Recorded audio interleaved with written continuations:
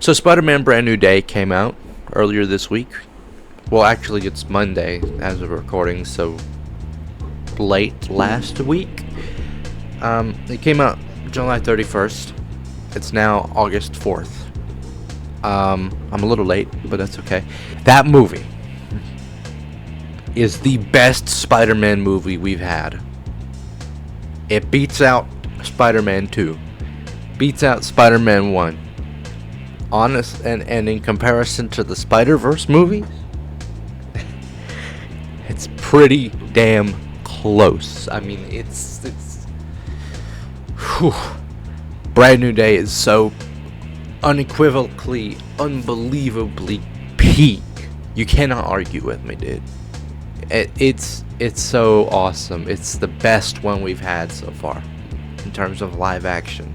Before we get into spoilers, though, I kind of want to explain where I've been. So, okay, it's been a little while.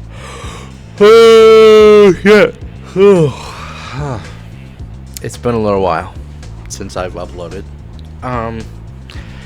As you may know, I am a founding member of the Comic Trinity podcast. It's my podcast with two of my buddies. And, so at first I stopped making videos, like the normal kind of videos that I do here, and shifted to like modding videos because I started running out of ideas for me to build things off of that would be long enough to justify a video of its own. After the modding videos started happening, I stopped uploading to this channel for a little bit.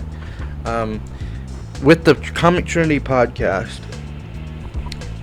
I was having a lot of fun on that podcast. And almost too much fun, because it got to the point where I was like, damn, I don't know if I can do this YouTube stuff solo anymore, because it's so fun just talking to people while doing it. It was a little hard for me to come back to this. And I thought about just like quitting with this channel and just focusing completely on the podcast. But then the podcast started going into a bit of a dip, almost. It has been a while since we uploaded on there. That'll be explained in the next Comic Trinity video. But there was a lot of things happening behind the scenes that I don't really want to get into too much detail with, at least here.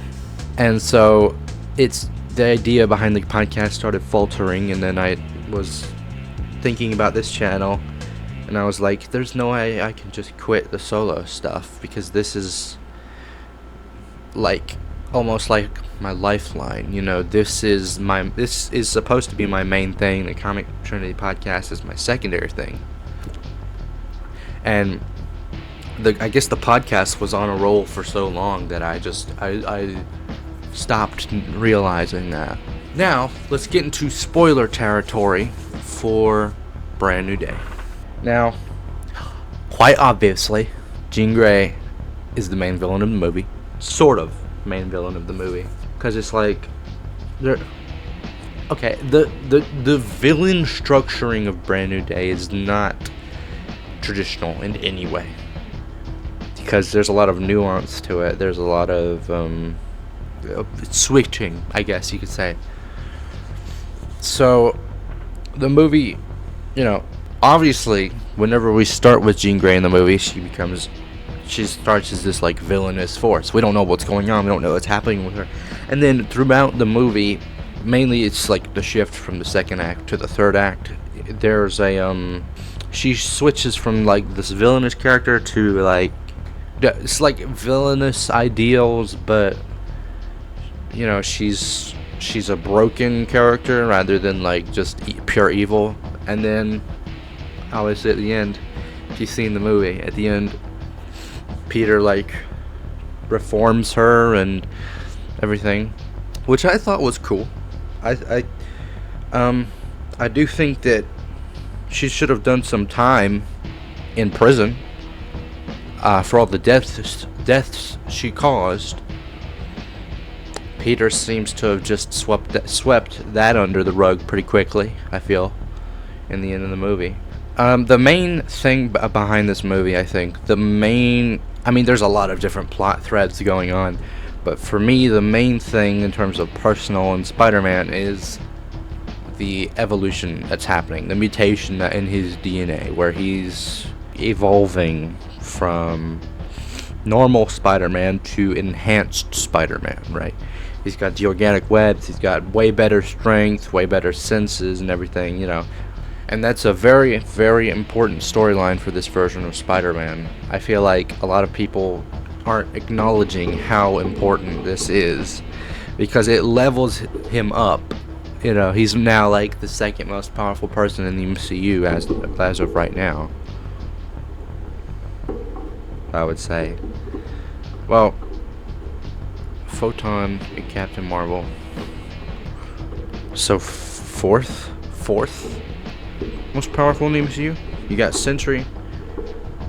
Well, Thor's okay. It's difficult to tell actually, but he's powerful. A lot more powerful than we're used to him being. I would say even more powerful than Toby and TASM, or Andrew, almost combined.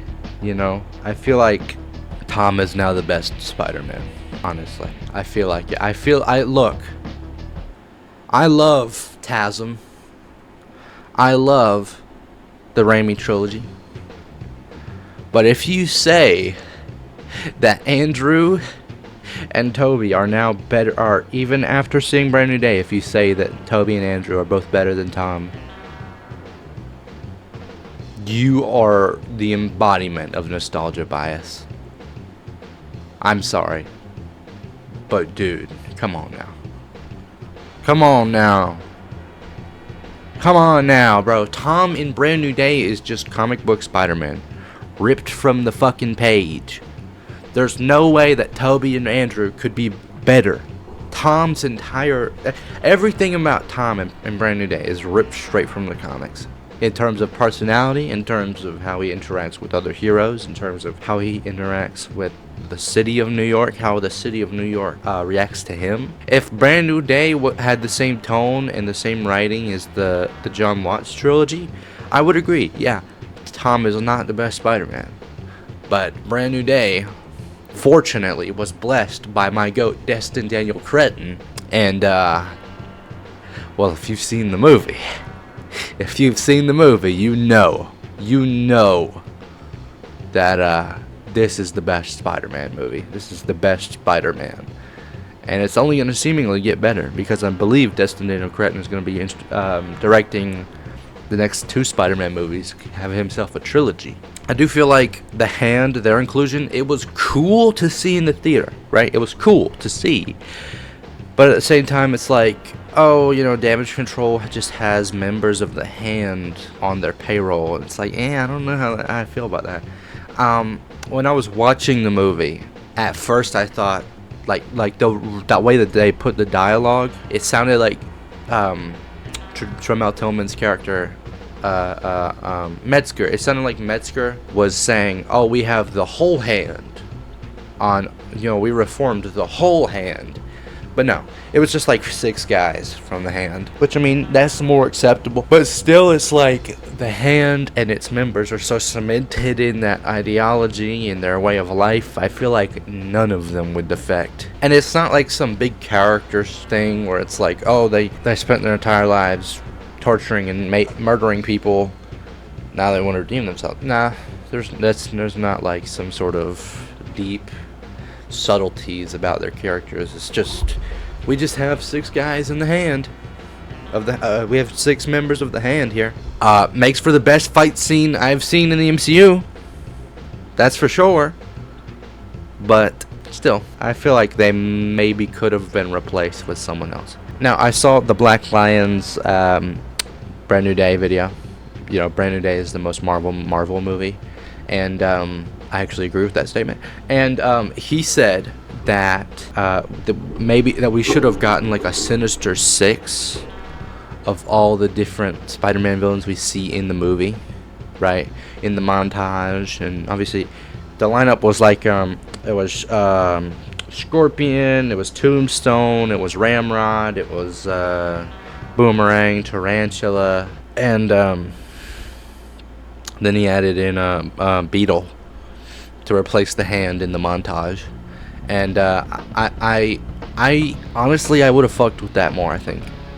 Because, don't get me wrong, I love the hand. They're my favorite Daredevil villains. But that's just it. They're my favorite Daredevil villains. And the hand in a movie without Daredevil in it, it feels weird to me. Now, some people could make the argument, oh, you know, the hand's in the new Wolverine game. No doubt Daredevil's going to be in that. But it's like, yeah, but the hand are like a dual villain between Wolverine and Daredevil. Daredevil, you know, and Wolverine, they kind of both deal with the hand all the time. So it's not weird like this. Spider-Man does not deal with the hand where Daredevil's not around. So, Daredevil is always there when Spider-Man is dealing with the hand. Now, within the context of the movie, where it's like the damage control guys conscripted these hand members, it kind of makes sense. But at the same time, it's like, would people who became members of the hand really just be able to defect like that? And even if they did defect, right? Even if they weren't like set in their ideals, set in their way of life like the rest of the hand members, wouldn't the rest of the hand come after them to stop them from going to Daredevil and telling him all of the hand's secrets and shit? I mean, the hand isn't exactly a publicly known organization like that. I mean, it's you know, it's not exactly like the hand. They're bad guys, and they keep to themselves as much as they can. They don't interact with many other villains, I think. So I don't see those 6 guys getting off scot-free. So I feel like if the DODC did recruit like the villains that we saw in the montage, and then like imagine they had like containment collars on them, like it's just the Suicide Squad, where it's like not bombs, but it's like shock collars or something. So it'd be more like Telltale's Suicide Squad from The Enemy Within, but you know, less lame. That would have been better, I feel. And it would have been better too, because this is a Spider-Man movie. I saw this in the Black Lions video, actually, because he, you know, obviously his video is titled that this is the most Marvel movie, but he said that this is not the most Spider-Man movie, if that makes sense. Like, you know, no traditional main villain for Spider-Man, right? You got Jean Grey setting up the X-Men and mutants in the MCU as the main villain. Then you get the Hulk coming back, Savage Hulk. Awesome to see him. That's not really something you would see in a traditional Spider-Man story usually, though. Just the Hulk appearing. The Punisher, you could make an excuse for the Punisher because his first appearance was in a Spider-Man comic. And then you got the Hand and the Department of Damage Control and all this. I understand that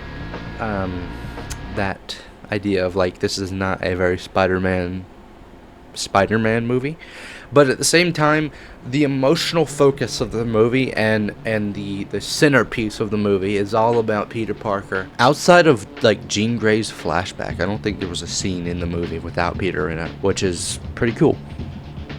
You can tell that this was meant to focus on Peter 100% of the way, and it tells an amazing story. Obviously the suit is peak as fuck, and also on top of that, most of the stuff in this movie is peak as fuck. Loved the inclusion of Hulk.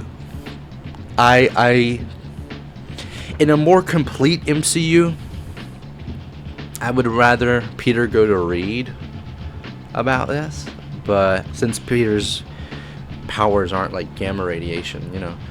But you know, I'm fine with Bruce Banner in this, right? Because, you know, Reed Richards doesn't exist in the MCU yet. I mean, technically within the MCU, yes, technically in the Marvel Cinematic Universe, there is a Reed Richards, but he's on Earth 838, not Earth 19999 or whatever. How many nines there are? And so yeah, there's that. And then maybe for season, not season 5. Maybe for Spider-Man 5, like let's say he gets the symbiote during Secret Wars, then in Spider-Man 5, the annual team up for Spider-Man in his solo movies could be with the Fantastic Four, and we could see them interact with Peter when he's got the symbiote. My main thing about Spider-Man 5, though, I know we're getting a little bit off topic. My main thing about Spider-Man 5 is that obviously in this movie we already did the angry, instinct-based combat for Spider-Man, right, with the mutation. We can't do that again for the symbiote, and I don't want them to do that again for the symbiote. Even if they could, I wouldn't want them to.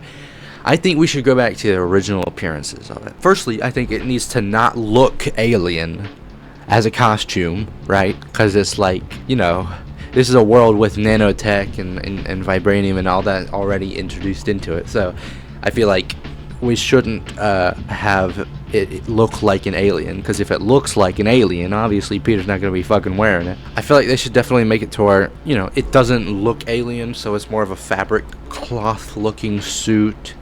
It's pretty much just the classic design. He gets it during Secret Wars, thinks it's some sort of nanotech or like what's it called, ferrofluid suit or something, and it like morphs onto his body, and then it looks like fabric. I feel like it would be sick. Also, this is just the way they need to do it. It should not make him angry at all. It shouldn't even bring out negative tendencies. I feel like Peter in Spider-Man 5 should, and in Secret Wars before he gets the symbiote, should be a little bit snarkier.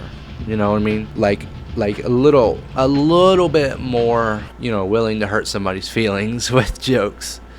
And I feel like then you could have a sort of storyline where like people think, oh, Spidey, you're a jerk, but not to the point where it's the suit causing it. And I feel like the suit should enhance his strength, should give him, I was about to say should give him infinite webbing, but he's got organic webs now. The suit should give him enhanced strength. The suit should enhance his senses a little bit more. And obviously we already had a power-up storyline in Brand New Day with the mutation. Obviously you need the symbiote to power him up a little bit more, or else, there's not really a point to him wearing it over his traditional suit. And then I think with the black suit, the way they should do it, I think, is in order to make him take off the black suit, obviously he goes to Reed Richards, he finds out that it's an alien and he's weirded the fuck out, and then on top of that he finds out the suit, when he's asleep, takes him out to fight crime while he's sleeping, and it's like, oh, this is making me exhausted all the time, it sucks, and I can't do my human job, and it's not working, so he has to take off the suit because it's weirded out that it's an alien. He's weirded out that it's making him more effective in like making him fight crime in his sleep, and maybe we could have it to where the symbiote like takes over a bit more and like makes him almost kill someone, because it's like trying its best to make him as effective as Spider-Man as possible. But then again, it's like we kind of did that with the mutation thing with Scorpion and his scene in Brand New Day, so we're not going to do that. I don't think they would do that again. So yeah, it takes him out to fight crime while he's asleep, and he's weirded out that it's an alien, so he gets rid of it. And this even makes it more of like a scorned lover kind of idea with the symbiote. Like the symbiote's like, oh, I was only trying to help you. Why are you getting rid of me? This feels like you're a jerk. You're evil, and which makes it even more willing to go to like Eddie Brock, or in probably what they're probably going to do is Mac Gargan as Venom. So we can have Scorpion of Spider-Man 5 be the main villain throughout the movie. Starts out as Scorpion, right? Then Peter fucking cripples him or something, I don't know, and then the symbiote goes to him because he wants his revenge on Spider-Man, and so does the symbiote. So the symbiote goes to him, bonds with him, and he becomes Venom in the MCU. End of review, though. I'm gonna go ahead and say this. For the movie, I'm gonna go with 9.7 out of 10, because I think I have 3 things to talk about. Obviously, I already said the hand. Would have preferred if we just got the final fight scene with a bunch of Spider-Man villains. Secondly, I wish that Ned and MJ fucking died. Okay, I understand the general audience is attached to these characters. I understand that, but I wish that Ned and MJ. I don't think they had to die, but I think that they had to just completely reject Peter. Like, imagine if like Ned has like this close, tightly knit kind of friend group, this social circle. He's not as outgoing as he would usually be, or as he was with Peter. So now, you know, whenever Peter tries to be friends with Ned, he's like, I don't know you. Who are you? I don't know who you are. I don't really, you know. And then MJ, obviously, we had the I don't know you, I don't love you, I don't know who you are, I don't love you scene in the boat. I feel like they should have kept with that. I understand like the compassion aspect where she's like, hey, do you want to come see Ned upstairs? Maybe she wants, you know, after she knows that Peter, everything that happened in No Way Home, she has a little bit of compassion for him. She's like, hey, would you want to go see your friend? But I would honestly have preferred it if it was like a one last time kind of scenario. But imagine if like the new Ned, because he hadn't met Peter before, imagine if he only liked Spider-Man and Peter tried reaching out to him as Peter normally, right? And Ned completely rejected him every time because he just did not care for this Peter guy. And then Spider-Man comes along and he's like, oh my god, you're my hero, you're my idol, I love you, dude. And you know, that could really hit Peter hard and be like, damn, he doesn't love me, he just loves me because I'm Spider-Man. And then I think that closes the door on Ned and MJ. It leaves the door cracked open for future friends and love interests. I'm thinking Gwen Stacy, you know what I'm saying? I'm thinking Harry Osborn, you know what I'm saying? Obviously, you know, if we get Fantastic Four in the next movie, I'm thinking Johnny Storm. I would like to see a more traditional Spider-Man friend group and like relationships. I feel like I understand the general audience is attached to Ned and MJ, but at the same time, like, they know, like, Ned and MJ, these are randoms, right? These are not, I mean, this is Michelle Jones, you know.